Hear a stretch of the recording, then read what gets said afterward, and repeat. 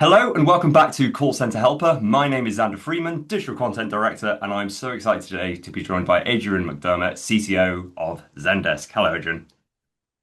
Hi, Xander. Thank you, and great to be here. Thanks for inviting me over. Oh, no, thank you for joining us today. I mean, there's so much to talk about with Zendesk at the moment. There's so much going on with you guys in the CX space, but let's talk about the recent news of your acquisition of HyperArc. Yeah, HyperArc is a AI native analytics platform. They had a proprietary engine they built, Hypergraph, and I think what really stood out for us at Zendesk was just the modernity of that platform, the way that they were using generative AI and thinking like, what does next generation analytics look like? How can we democratize the ability to be a world-class data scientist or world-class analyst and make that available to every customer support leader that we serve at Zendesk with our kind of 100,000 customer service customers. And I suppose this comes off the announced plans to create a unified analytics platform off this acquisition as well. So there's a lot of, strategic thinking in terms of what you guys have been doing in the industry for the last 18 months or so. Yeah, I think contact center owners, customer service owners, and customer journey owners, they're all really starting to want to ask questions of their data and Yeah. put their data to work, right? I think now that we have these systems with intelligence, and you can think about a modern frontier large language model Yeah. as being this infinite supply of PhDs in the data center. Mm, The question now is how can we harness that power with technologies like HyperArc and the mm, Hypergraph and embedded within Zendesk and create an ability for everyone to be able to interrogate their data, understand their customers, get signal faster, and mm, then really be able to react to that signal, do anomaly detection.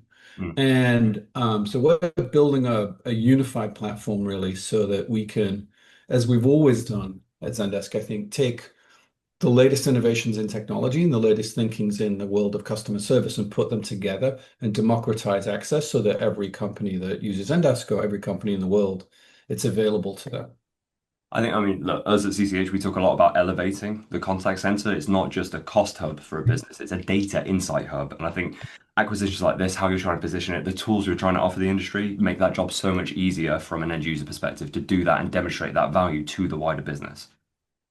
Yeah, just over a year ago, we acquired a QA platform, which is now Zendesk QA. Mm, And it was actually originally a company called Klaus. And one of the things that that really stood out for us there was the way that they were using AI and large language models to inspect every conversation and mm, find it, right? And so I think this ability now to take a generalized intelligence mm, and say, okay, read the transcript of every ticket, like follow along, look at these things, and then begin to ask questions of that data previously only a human could ask, right? mm, It's like, let's say you're a gaming company. You want to be able to say, are there any of these conversations where using your judgment, it sounded like the customer had something of a gambling addiction or some feelings of desperation about repayment, right? Suddenly you can comply with regulations in that way.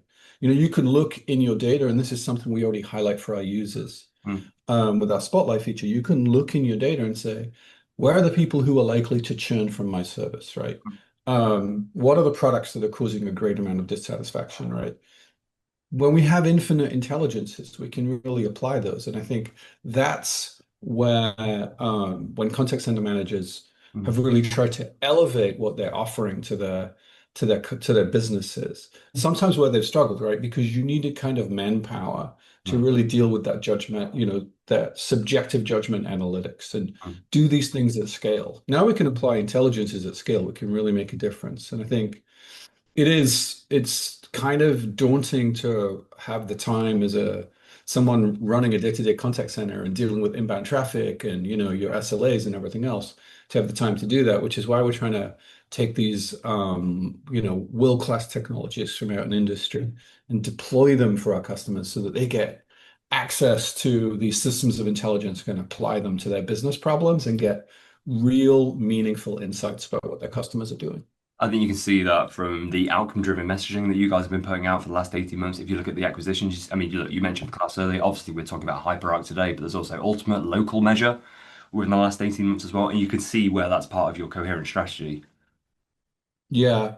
I think we recently announced kind of a resolution platform. And Mm, what we wanted to do is basically tie our goals to our customers' goals and our customers' goals for their customers, right? And that is ultimately in customer support, we exist to resolve people's problems, right?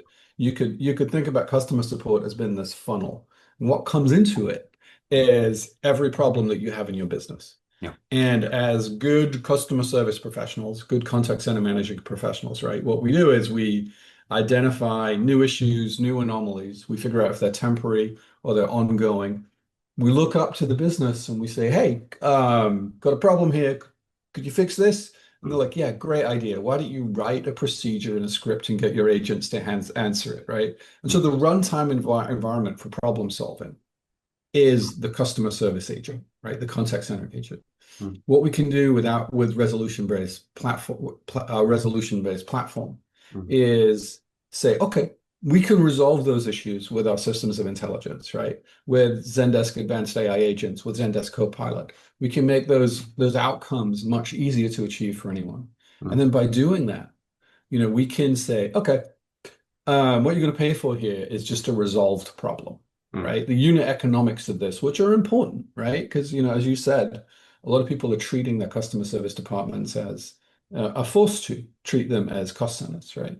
And so by tying our outcome to the unit economics, to the price of the thing, to mm, the outcome that the customer wanted, which is a resolution, mm. and putting everything in the box that I think ties to that platform, right? We've kind of uniquely positioned about it. I think that's how using Action Builder, generative search, all of the tools that we've built, Mm, we can be aligned with our customers.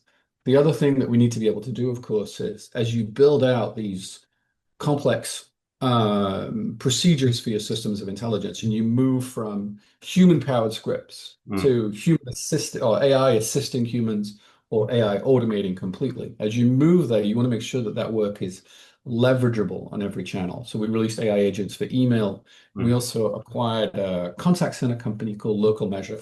They were based in Sydney, mm. which for me was delightful because I, got to spend some time there. Been a while.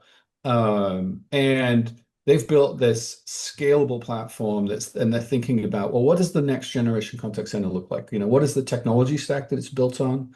What is it doing for users? And then ultimately, how do we integrate agentic AI into this platform and just drive significantly better outcomes and resolutions?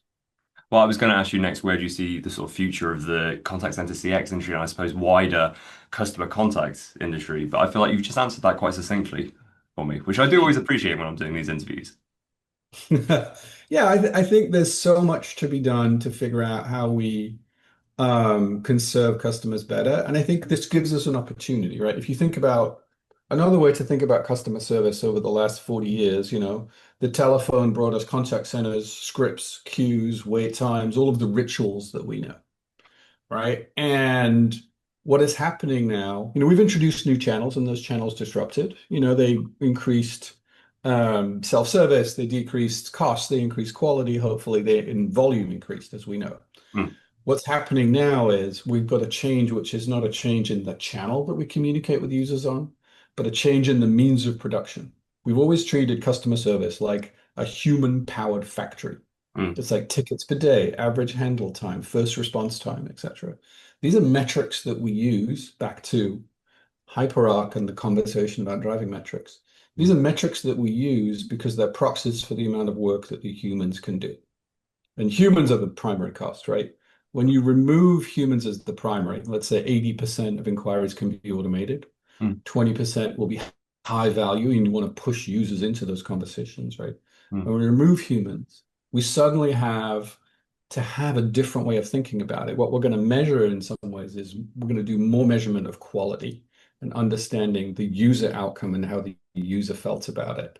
But we're also going to have this opportunity, I think, to really drive so much more volume through customer service, right? mm, The role of customer service agents is going to change to being, supervisors of intelligence. I mm. have a couple of kids in university, and I often say that they're the last generation that will ever face the tyranny of the blank page without an AI automation helper to fill that page in for them, right? They've become editors, not writers.